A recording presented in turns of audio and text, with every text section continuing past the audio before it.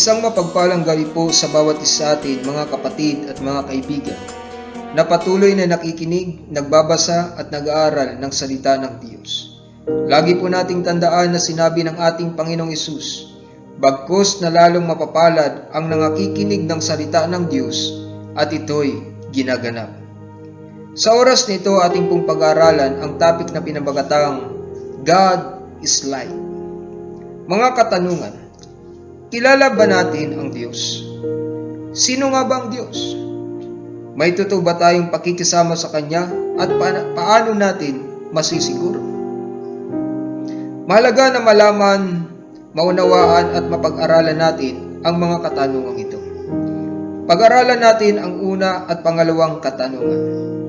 Kilala ba natin ang Diyos? Sino nga ba ang Diyos? Mahalaga na kilala at nalaman natin kung sino nga ba ang Diyos. Ang Diyos na dapat nating paglingkuran, sambahin, luwalhatiin, papurihan at pasasalamatan habang tayo ay nabubuhay sa mundong ito. May mga nagsasabi at nagtuturo na ang pangalan ng Diyos ay si Jehovah at ang iba naman ay si Yahweh. Sa Old Testament ay hindi natin ito maikakaila sapagkat ito'y mismong nakatala sa Old Testament. Ngunit dapat nating malaman at maunawaan na hindi pa nahayag ang tunay na pangalan ng Diyos o yung proper name niya. Mayroong hula sa aklat ng Isaiah Kabanata 9, talatang 6 na nasulat.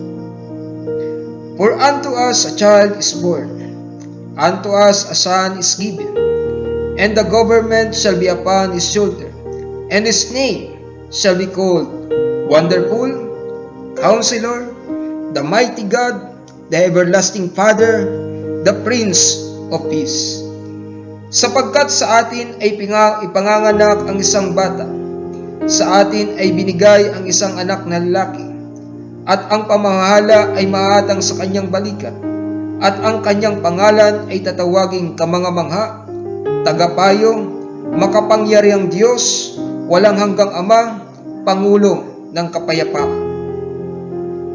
Sa talatang ito, ipinapahayag na mayroong ipapanganak na batang lalaki, at ang pamamahala ay maatang sa kanyang balikat, at ang kanyang pangalan ay tatawaging Kamangamangha, Tagapayo, Makapangyarihang Diyos, Walang Hanggang Ama, Pangulo ng Kapayapaan. Ang pahayag na ito, uhulang ito ay natupad sa Bagong Tipan sa aklat ng Mateo, Kabanata 1, talatang 21, na sinabi ng anghel na si Gabriel kay Jose, at siya'y manganganak ng isang lalaki, at ang pangalang itatawag mo sa kanya ay Jesus, sapagkat ililigtas niya ang kanyang bayan sa kanilang mga kasalanan. Ang pangalan ng batang inihula sa aklat ng Isaiah, Kabanata 9, talatang 6 ay Jesus, na siyang Kamangamangha, Tagapayo, Makapangyarihang Diyos, Walang Hanggang Ama, Pangulo ng Kapayapaan. Jesus ang proper name ng nag-iisa at tunay na Diyos. At ito ay mismong binibigyang diin ng ating apostol na si Pablo sa kanyang sulat sa aklat ng Tito, Kabanata 2, talatang 13. Nahintayin niyo ang mapalad na pag-asa at ang pagpapakita ng kaluwalhatian ng ating dakilang Diyos at tagapagligtas na si Jesucristo. Looking for the blessed hope and the glorious appearing of the great God and our Savior, Jesus Christ. Ang ating Panginoong Hesus ang siyang ilaw, ang nag-iisa at tunay na Diyos na ating dapat paglingkuran, sambahin, luwalhatiin, papurihan at pasalamatan habang tayo ay nabubuhay sa mundong ito at sa kaniya'y walang anumang kadiliman. Pangatlong katanungan, may totoo ba tayong pakikisama sa Kanya at paano natin masisiguro? Kung sinasabi natin tayo may pakisama sa Kanya, unang punto, we must fellowship with Him through walking in the light. Ang banal na kasulatan ay nagtuturo sa atin sa aklat ng unang Juan, Kabanata 1, talatang 6 at 7. Kung sinasabi nating tayo may pakikisama sa Kanya at nagsisilakad tayo sa kadiliman, ay nangagbubulaan tayo at hindi tayo nagsagawa ng katotohanan. Ngunit kung tayo nagsisilakad sa liwanag, na gaya niyang nasa liwanag, ay may pakikisama tayo sa isa't isa at nililinis tayo ng dugo ni Jesus na Kaniyang anak sa lahat ng kasalanan. Isang halimbawa ng paglakad sa kadiliman na itinuro ng ating apostol na si Juan ay ang pagkapuot sa kanyang kapatid sa pananampalataya. Ang nagsasabing siya ay nasa liwanag at napupuot sa kanyang kapatid ay nasa kadiliman pa hanggang ngayon.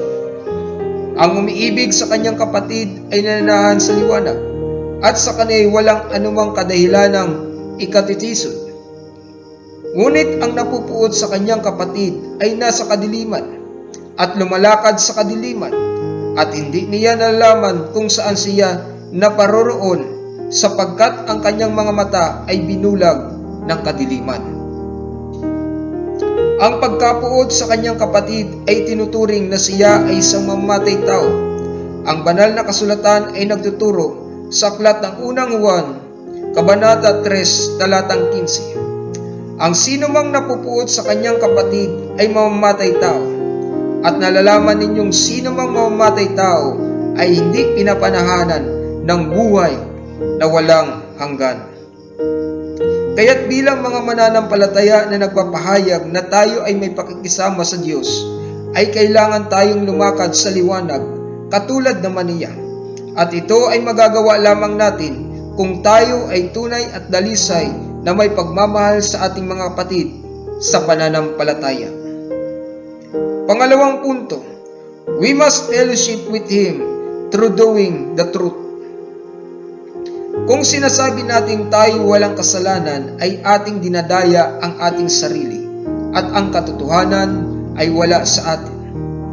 Datapwat ang gumagawa ng katotohanan ay lumalapit sa ilaw upang mahayag na ang kanyang mga gawa ay ginawa sa Diyos.